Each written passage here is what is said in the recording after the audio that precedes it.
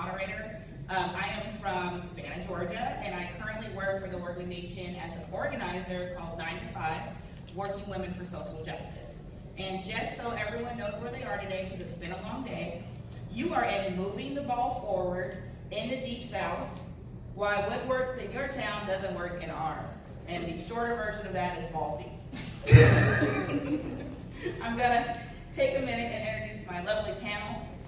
Here to my right is Edward Bishop, Molly Lieberman, Coco Poppy, and Moncello Stewart.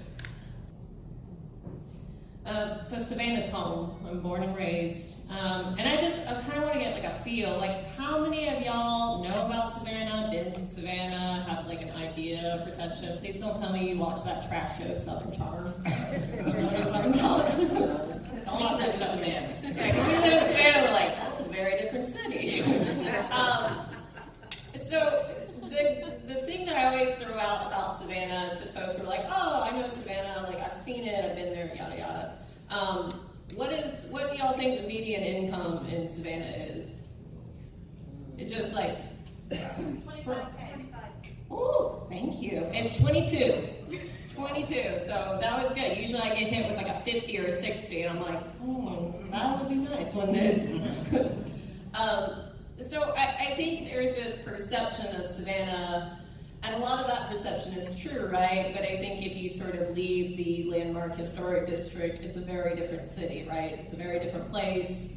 There's a lot that people don't see, and I think for me, I left because I was like, what's a kid like me supposed to do? I can like wait tables and maybe that's about it. So I left and I went to New York and I thought I was gonna be like this big hotshot something or other and organize up there, and I just didn't understand the communities up there. It wasn't my home. It wasn't like I could always sort of be there in the background and supporting, but at the end of the day, I didn't intimately understand the way I intimately understood my own community. And so, how many people live in the community that they were born in? Raise your hand. Right, just a few. And so that was one of my reasons for wanting to stick around Savannah, because everyone that I went to school with left, and a lot of people did not come back, and which was great that they got a chance to go off to school. And I went to school with a lot of people did not come back, so they wanted to move to New York or to Atlanta or someplace like that. And it was issues that we were facing right there in Savannah that wow, I wish some of my educated friends would really come back and use some of those resources. And which is not a bad thing. That's not a knock if you don't come back, because sometimes the opportunity is just not there for you. But the desire for me to want to stay and want to stick it in, I'm not planning to leave. It's going to have to be a major job coming and say, hey, I'll give you $300,000 for the leave. And that still may not be enough for me. That's just how devoted I am to being in that area. And so we need a lot of people like that to kind of make those decisions of moving the community forward.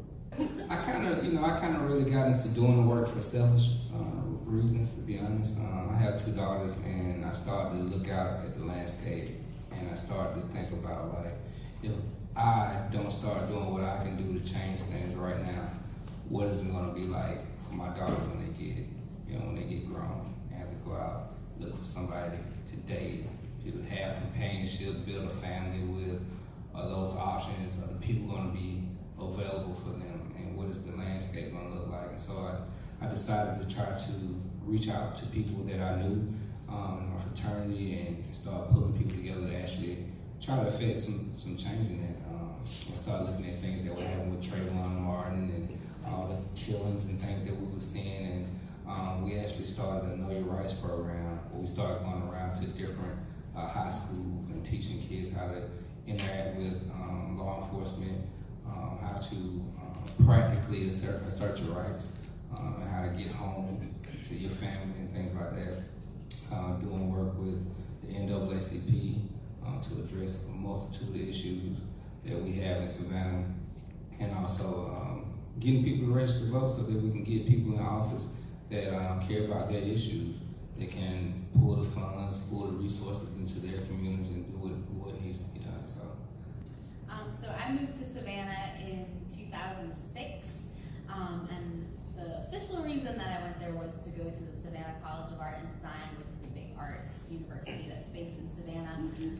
But there was just something about Savannah that kept pulling me in. As soon as I visited, I thought, I don't know why, but there's some reason I'm supposed to move here.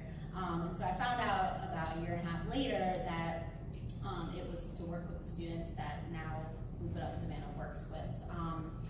And so, you know, it was a random opportunity that I had where I ended up at a YMCA, which is located in the middle of two of our largest public housing neighborhoods. Ended up there with this opportunity to start a program, and what I quickly saw is that this place had this way for me to plug in the skills and resources that I had into a place that happened to need those same things. Okay, thank you guys. The next room then, we'll go to the back of the room or in the hallway if you guys want to talk to this person on it. We'll go to the hallway, all right guys? Thank you. Thank you for coming to our panel today. And so the political rascals, we really appreciate it. But we're trying to make sure we archive some things that happen here. So your name's Amisha, Yep. and you're with the public justice system. Tell me about what that does and how does it relate to the Netroots Nation. Sure. So Public Justice is an organization of trial lawyers that does impact litigation on issues like environmental issues, things that have to do with industrial animal agriculture, sexual violence and education, all kinds of things, consumer rights and workers' rights. So I came here to connect with other organizers because I'm working with communities on the ground in places like North Carolina and Michigan and Iowa, just trying to learn about how different communities are organizing and who all we can connect with. Thank you so much for coming out to our panel today. I hope you got something out of that. Well, thank you for sitting in, but if you can tell us a couple of things that you might have heard in the panel that kind of struck any kind of attention for you.